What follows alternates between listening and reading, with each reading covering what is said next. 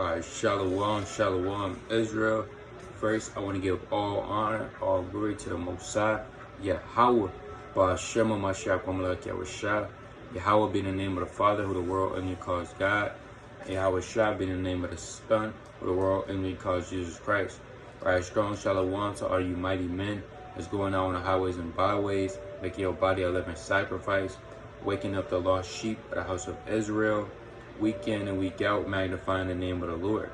Another shalom to all you mighty sisters in this thing as well, the Aqua, reverencing their husbands, being keepers of good things, keepers at home, teaching the younger children, right, sons, daughters, being tender, delicate, and on fire for the Lord.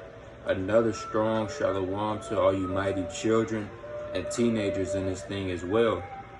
All right, 16, 17, 18, 19, 20, 21, doing all they can to magnify the name of the Lord. Strong shalom. All right, by the topic of this video, we're going into marriage. What is marriage? All right, is sex marriage? And how do you go about handling marriage, or if you want to get married to someone, man? You got a lot of doctrines out here that I seen personally, but I didn't say anything at first. But you have a lot of doctrines out here saying sex is not marriage. Are you brothers saying sex is marriage? Next thing you know, they change their mind and say no, it's not. All right, I misread this. You got people thinking marriage is you walking down the aisle and everybody throwing flowers, right? And you say, and then the man saying you may now kiss the bride. Hey, men think that kiss, when they say you may kiss the bride, they think that's marriage. All right, but we doing thus saith the Lord. Let me get this real fast in Romans, the 3rd chapter. All right, we don't care what man says. We going thus saith the Lord off the precepts through the Spirit. And this is the book of Romans, chapter 3 and verse number 4. It says, yet God forbid, let God be true and every man a liar, as it is written. All right, so the Lord said, let God be true and every man a liar. David said in Psalms 116 and 11, all men are liars. I said in my haste, all men are liars. All right, so if men is not going through the precepts that said the Lord, I don't want to hear you, to be honest. You know, I might say, yeah, okay, try to get away from you. But truly, if you just speaking and you're not going thus said the precepts, I don't want to hear you. I don't want to talk to you, for real, for real. All right, so through the precepts and the scriptures, we're going to dive into what is marriage. All right, let's go to it. Let's go to the book of Exodus. And don't let a man use a scripture out of context or take one precept and run with it. All right, this is the book of Exodus, chapter 22 and verse number 16. It reads, and if a man entice a maid that is not betrothed, meaning if a man entice her, meaning have interest in her. All right, you know, somebody will say spit game. All right, but chiefly if a man entices a maid, meaning have interest in her, right? Being interested in her. Spitting game, you could say. It says that is not betrothed, meaning that does not belong to another man already. Because in the ancient world, your father can have a certain man work for you, and then after he works for you, and he will give you. Now, if that man is working for her, and he gives his daughter to another man, that's going off. All right, this man is working hard, and you give his wife, his future wife, to another man. All right, meaning, so betrothed meaning a man that does not belong to a woman yet. Because like I said, you can have a father and he has a daughter that's already, you know, set up for this man to have. It says, and lie with her, he shall surely endow her to be his wife. So you have to do 3 things. You can entice a maid, then that is not betrothed, and then you gotta lie with her. And what? And he shall surely endow her to be his wife. All right, so sex is marriage according to the Bible, man. We're gonna go through them. We're not just gonna use this one precept. We're gonna go through other precepts to prove it. But it says, if our father utterly refuse to give her unto him, he shall pay money according to the dowry of virgins. Right? Now, if our father say, I don't want to give this to you, I don't want to give my daughter to you, no, I'm not having that. Then that man, he will have to pay some money to the father to have things work out. All right, let's go to the book of Deuteronomy, the 22nd chapter.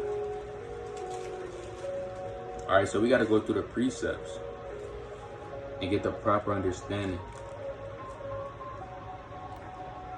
It's the book of Deuteronomy, chapter 22 and verse, I want to start at verse 28. All right, it's a good precepts in here. It's the book of Deuteronomy, chapter 22 and verse number 28. If a man find a damsel that is a virgin, which is not betrothed. Are we study looking at that word not betrothed, meaning not belonging to another man? It says, and lay hold on her, and lie with her, and they be found, then the man that lay with her shall give her unto the damsel's father 50 shekels of silver, and she shall be his wife. Alright, so if you find a virgin, or that is not betrothed, and you lay hold of her, and you sleep with her, it says, then you have to give the father, 50 shekels of silver, which will be in the ancient world. But 9 times out of 10, our women fathers are not in the households. So you have to go to a higher man of authority. Not saying necessarily give money, but, we're going to get into that. All right. But it says, because he have humbled her, he may not put her away all his days. See that? So it says, she shall be his wife. It's going to give you the reason. Why? Because he have humbled her. Meaning he laid down with this woman. All right, that's what constellates the marriage. We're going to get into it deeper. I'm kind of getting excited. But that's what it is, man.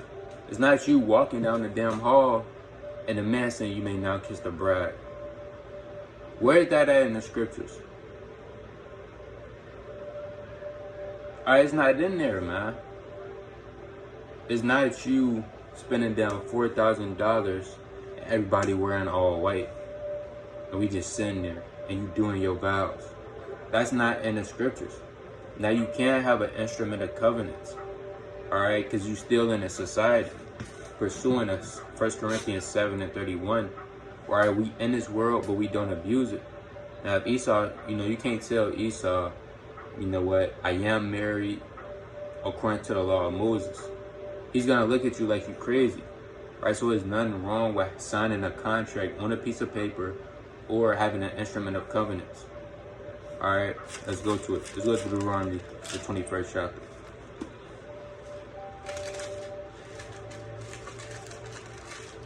It's the book of Deuteronomy, chapter 21 and verse number, I'm going to start at 13. I'm going to start at 12. Chiefly, this is going into when somebody goes to war and he finds a woman out of other nations, and takes them captive. All right. I'm going to start at verse 12. Then thou shalt bring her home to thy house, and she shall shave her head and pare her nails. This is what the woman of the other nations had to do if they would get taken captive. It says, and she shall put the raiment of her captivity from off her, and shall remain in thy house, and be where her father and her mother a full month, given step by step. And after that, thou shalt go into her. What does that mean?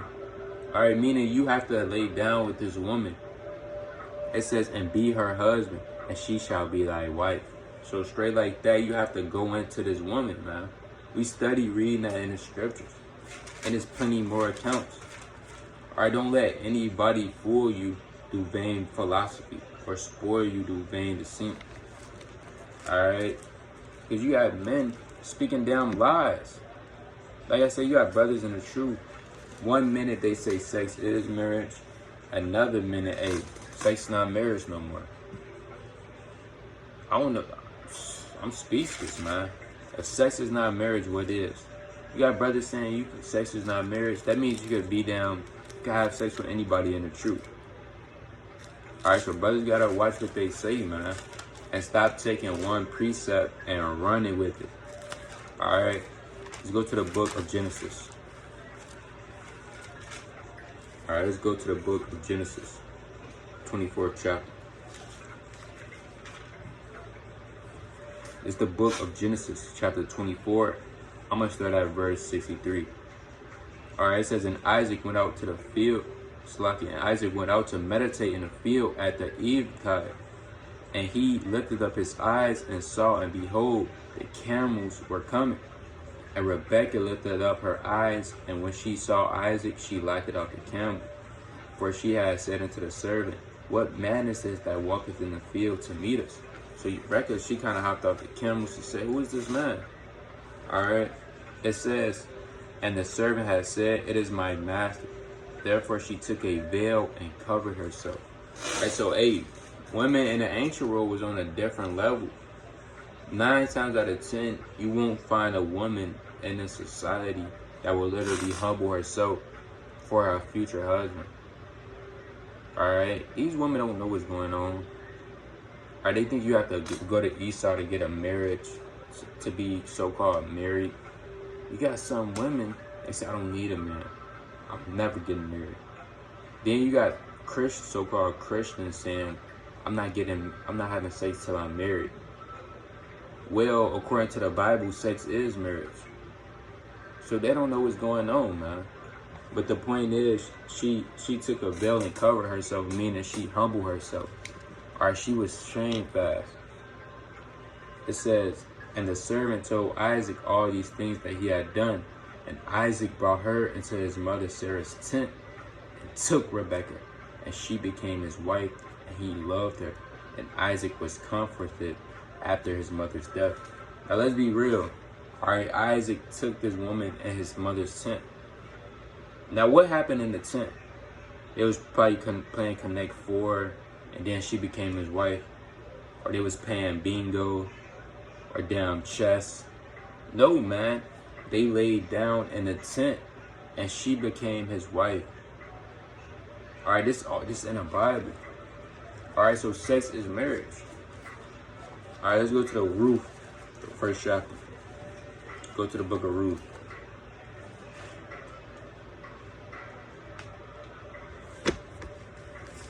Go to the book of Ruth. Slakia.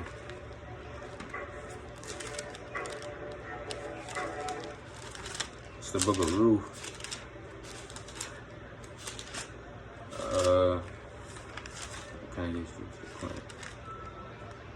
Alright, it's the book of Ruth, chapter 1 and verse. I'm gonna start at verse 2 for context. It says, and the name of the man was Abimelech, and the name of his wife Naomi, and the name of his 2 sons Mahlon and Chilion, Ephrathites of Bethlehem, Judah, and they came into the country of Moab and contended. Alright, so they was Ephrathites, man. They came to the country of Moab. And Abimelech, Naomi's husband, died. So Naomi's husband died. Pay attention. And she was left and her 2 sons. And they took them wives of the women of Moab. The name of one was Orpah. Slakia. The name of one was Orpah, and the name of the other was Ruth. And they dwelt there about 10 years. And Mahlon and Chilion died also, both of them, and the woman was left of her 2 sons and her husband. Alright, then she arose with her daughters-in-law that she might return from the country. So Ruth's husbands died of Moab, for she had heard in the country of Moab how that the Lord had visited his people and given them bread. I'm going to jump down to verse number 15. And she said, behold, thy sister-in-law is going back into her people. Right, so Ruth's sister-in-law went back, man. After her husband died, she went back to Moab. So like she went back to her people. Verse 16, and Ruth said, entreat me not to leave thee or to return from following after thee. So she was cleaving. She said, for whither thou goest, I will go, and where thou lodgest, I will lodge. Thy people shall be my people, and thy God my God. All right, jump it down to verse 4. We're just getting at to We just getting that for context. Alright, going to Ruth, the 4th chapter. This Ruth 4:1. Then Boaz up to the gate. So like it then went Boaz up to the gate and sat him down there.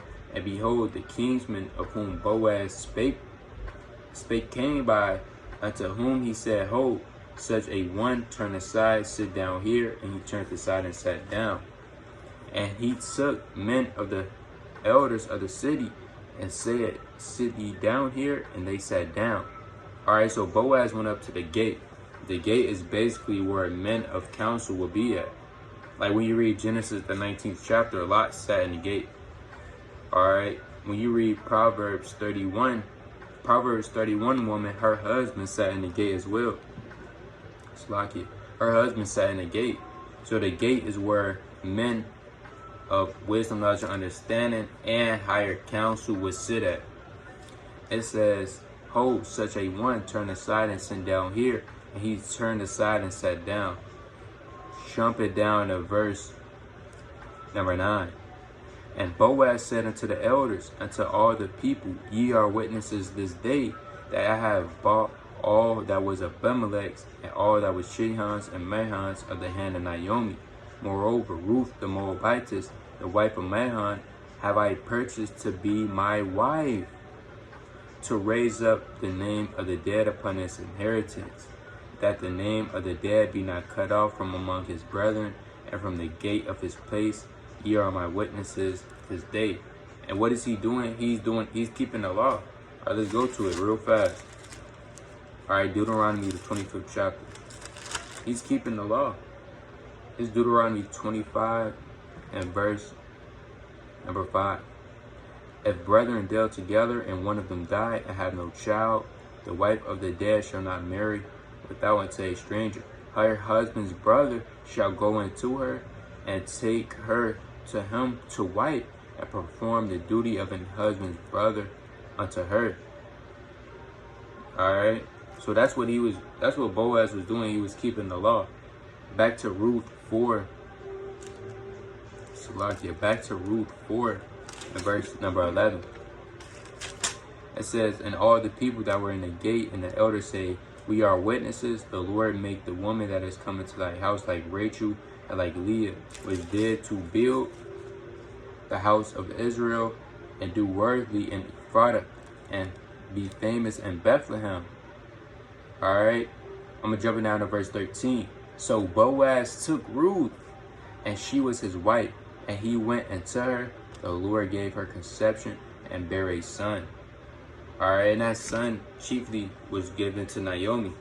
Alright, so for the whole steps, and you go back to Deuteronomy, the 25th chapter, when you raising up, let me go back to it, I want to paraphrase it. Deuteronomy 25 and verse 5 again. If thy brethren dwell together, and one of them die and have no child, the wife of the dead shall not marry without unto a stranger. Her husband's brother shall go into her, meaning lay down with this woman, and take her to him to wife, and perform the duty of a husband's brother unto her. So this man will have to lie down with her, and that will become his wife. Why? Because his brother died, or her husband died, and he has to raise up his brother's seed, so his inheritance wouldn't be blotted out.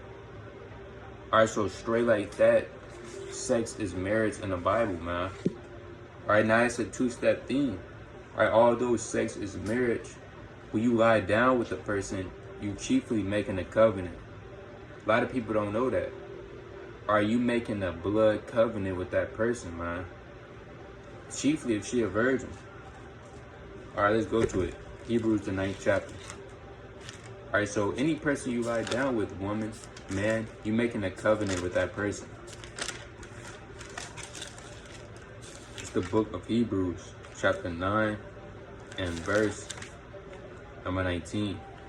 For when Moses had spoken every precept to all the people according to the law, he took the blood of calves and of goats with water and scarlet, wool and hyssop, and sprinkled both the book and all the people. Right, so Moses took the blood, when you read Exodus, the 24th chapter, and sprinkled it in all the people. saying, this is the book of the testament which the Lord hath enjoined unto you. Testament meaning same thing as covenant. It says, moreover, he sprinkled the blood, both the tabernacle and all the vessels in the ministry. And almost all things by the law purged with blood, and without shedding of blood is no remission. Right? So that testament or covenant was by blood. Or if it is not by blood, hey, Esau even tell you that. If you want to sell your soul, you have to do it. You have to sign your soul in blood. Or you have to sacrifice somebody. You have to make a blood covenant with the devil. Even Esau knew about it. So that's how sex is as well. All right, but let's go to it. It's the book of Deuteronomy, chapter 22. All right, you brothers got to go into the law. All right, you got a lot of Christians say that law is done away with. There's no way in hell the law could possibly be done away with. All hell will break loose. That's why you have these deacons in the church, them having sex with the reverend's, man, the reverend's wife. All right, so this Deuteronomy 22, I'm gonna start at verse 13. If a man take a wife and go into her and hate her, and give occasion of speech against her, and bring up an evil name upon her, and say, I took this woman, and when I came to her, I found her not a maid.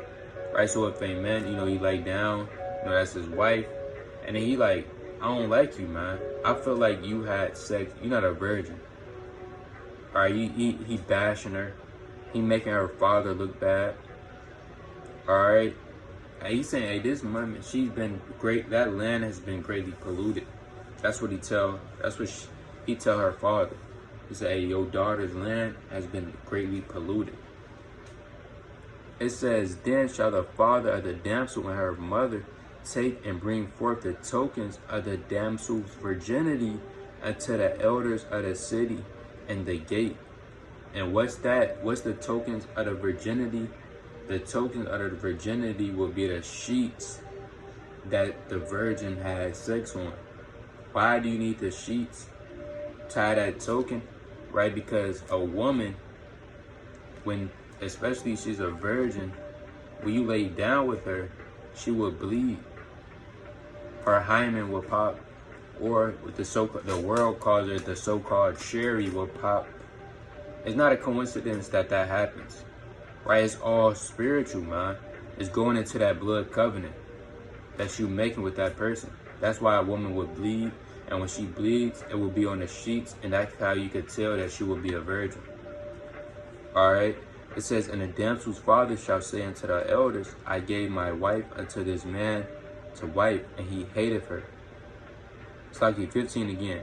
Then shall the father of the damsel and her mother take and bring forth the tokens of the damsel's virginity unto the elders of the cities in the gate. And the damsel's father shall say unto the elders, I gave my daughter unto this man to wife, and he hated her. Right? He says she not a virgin.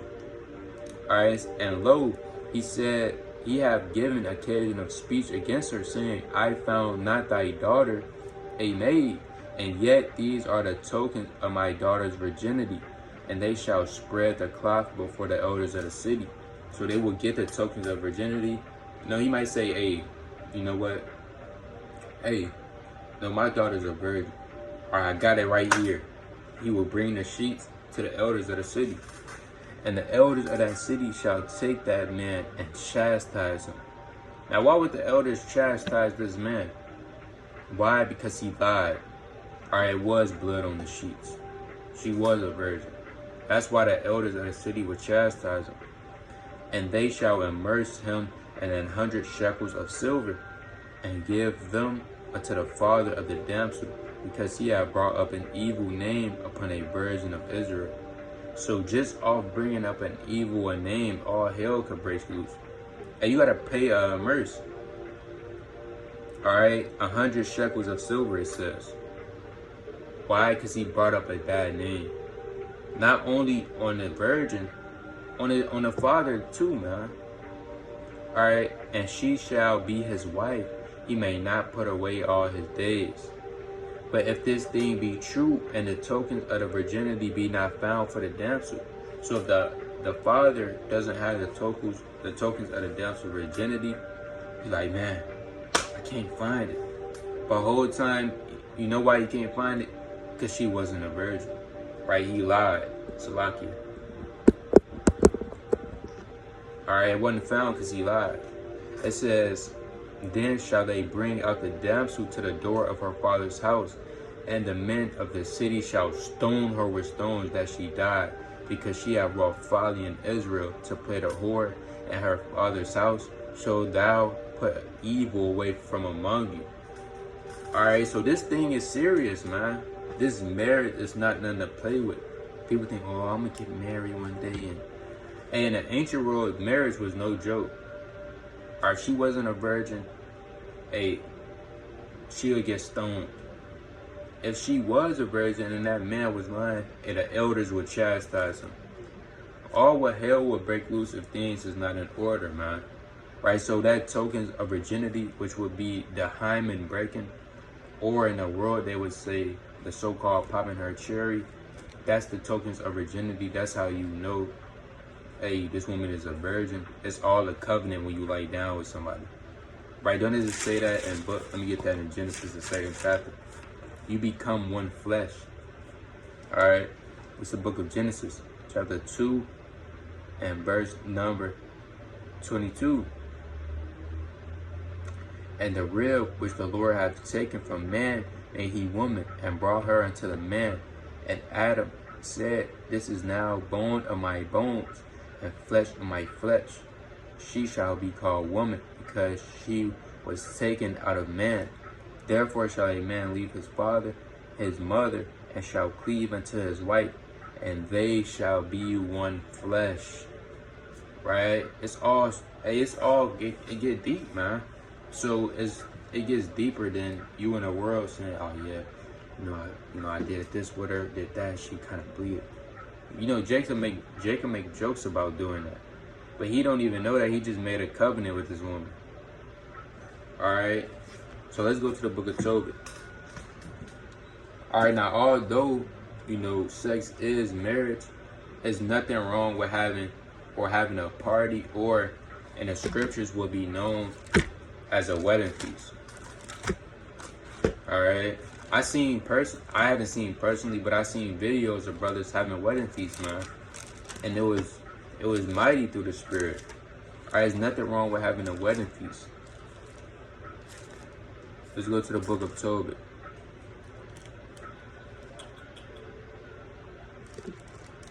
I'm gonna start at this Tobit, chapter 7. And I'm gonna start at verse. Actually, we could get real quick before I get that. I want to get the instrument of covenants in Tobit, the 7th chapter.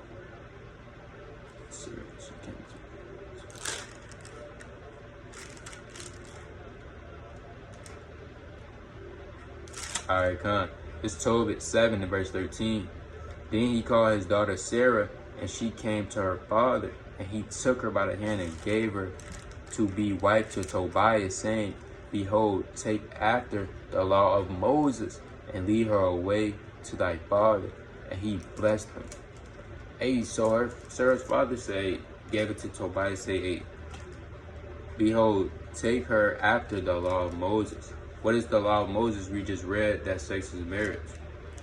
It says, and lead her away to thy father. And he blessed him, and called Edna his wife, and took paper, and did write an instrument of covenants, and sealed it. Now you can write an instrument of covenants. Like I said in the beginning, there's nothing wrong with having that. Right? And although you in a society. So if you tell Esau, you know what, he might ask about marriage some way, somehow, and you might go to court, stuff like that. He might ask, are you married? You might say, yeah, I'm married. He's like, okay, where's the proof? You got the documents, and you say, we married according to the law of Moses. He might laugh at you. Why? Because this society is wicked. They don't know the Bible. All right, so there's nothing wrong with having an instrument of covenants. And if you don't want to get that from Esau, there's nothing wrong with having a piece of paper and writing it down. All right. I'm gonna go to Tobit, the 8th chapter, and I'm gonna Tobit 8 and 15. So like at Tobit 8, this is crazy. Tobit 8 and verse, man, how much Tobit 8 and 8? I'm gonna come back to this. It's the book of Tobit, chapter 8 and verse number 8. And she said with him, Amen. So they slept both that night, and Raguel arose and went and made a grave. Now, why did Raguel went and make a grave? Because if you read Tobit, you would know that every man that went into Sarah died. All right, so he kind of had it in the back of his mind like, dang, Tobiah is going to be gone. So he just went and made a grave. All right, saying, I fear lest he be dead. But when Raguel was come into his house, he said unto his wife Edna, send one of thy maids, and let her see whether he be alive. If he be not, we may bury him, and no man know it. And the maid opened the door and went in and found them both asleep. Now in that chamber, what did they do? They just kind of play, like I said, did they kind of play Jeopardy or Wheel of Fortune? Oh man, they laid down. And that's how you knew they laid down, because every man that went inside Sarah either died. Alright, so it says, so that the maid opened the door and went in and found them both asleep, and came forth and told them that he was alive. Then Raguel praised God and said, O God, thou art worthy to be praised with all pure and holy praise. Therefore let thy saints praise thee with all thy creatures. Let all thy angels and thy elect praise thee forever. Jump it down to verse 18. Then Raguel bade his servants to fill a grave, and he kept the wedding feast 14 days. So they had a wedding feast in the ancient world, man. And there's nothing wrong with having that. Alright, if you want to have the wedding feast for your marriage, hey, you could go ahead. You know, turn up in righteousness. It says, for before the days of marriage were finished, Raguel said unto him by an oath that he should not depart till the 14 days that a marriage were expired. Alright, so there's nothing wrong with having a marriage, so like a wedding feast. Hey, it's all in the scriptures. If you want to have a wedding feast, go right ahead. Turn up in righteousness. Had a yan, invite the people out. Hey, it said they 14 days. Hey, they was partying for 1 week straight, and next week another week straight. Every day was a party, man. That's how our forefathers got down in the ancient world. Alright, so everything we reading is out the Bible. These men that said about marriage, none, they can't pull 2 or more precepts. I'm led to believe they can't pull 1 precept. Alright, so there's nothing wrong with having a wedding feast. Alright, so let's go to the book of Sirach, or Ecclesiasticus, the 6th chapter. Now we getting into how to go about marriage, or how to handle marriage situations. First and foremost, you men and women, before you get married, you have something called a courting stage, and it's true. Alright, it's not you see a man at camp, think he cute, and you lay down with him the same day after camp. Alright, no. You first and foremost want to prove a friend. Let's get that in Ecclesiasticus, the 6th chapter. It's the book of Ecclesiasticus, chapter 6, and verse number 7. If thou wouldest give a friend, prove him first, and be not hasty to credit him.